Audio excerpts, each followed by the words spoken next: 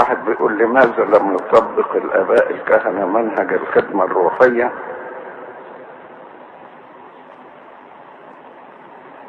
حتى يقلل من الحالات المرتدة والافتقاد من الرعاية إلى آخره، وهذا لم يحدث في أسقفية كذا.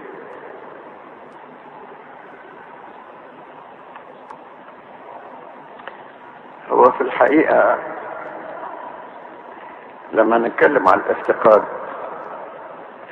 صحيح ان الافتقاد ضرورة ولابد ان الكهنة يقوموا بالافتقاد، وعدم الافتقاد ما بيخليش فيه رعاية مظبوطة وصلة أكيدة بين الكاهن والشعب. لكن من الجانب الآخر ساعات الشعب بيكون كتير جدا جدا فوق احتمال الكهنة، وساعات بتكون كنيسة فيها كاهن أو اتنين وفيها آلاف من الشعب. هو يلزمنا ان الآباء الأسقفة يشوفوا بالضبط ايه تعداد الشعب ويلزموا عدد قد ايه من الآباء الكهنة،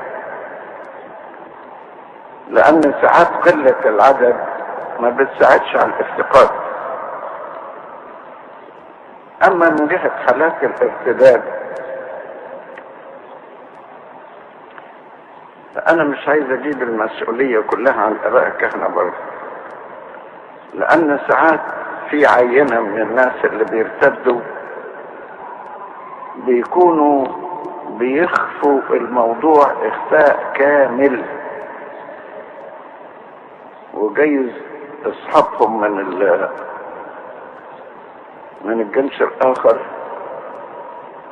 يعني بنت مثلا وليها صاحب ولد يقول لها اوعي تجيبي سيره لألا يمنعوك، فتيجي الكنيسه وبانتظام وساعات تتناول وبانتظام وبتخدم وبانتظام، وفي لحظه من اللحظات نبص ما نلاقيهاش،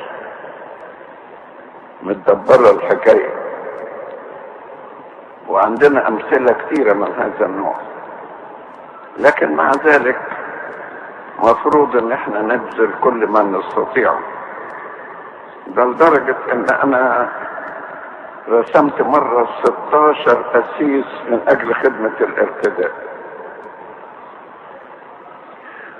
وبعدين مع المعونة الطيبة التي قدمت لنا من امن الدولة ساعات دول ما بقوش يلاقوا شغل ليهم، فبقينا نشغلهم في كنائس اخرى. يعني بلاش تبالغوا من الموضوع.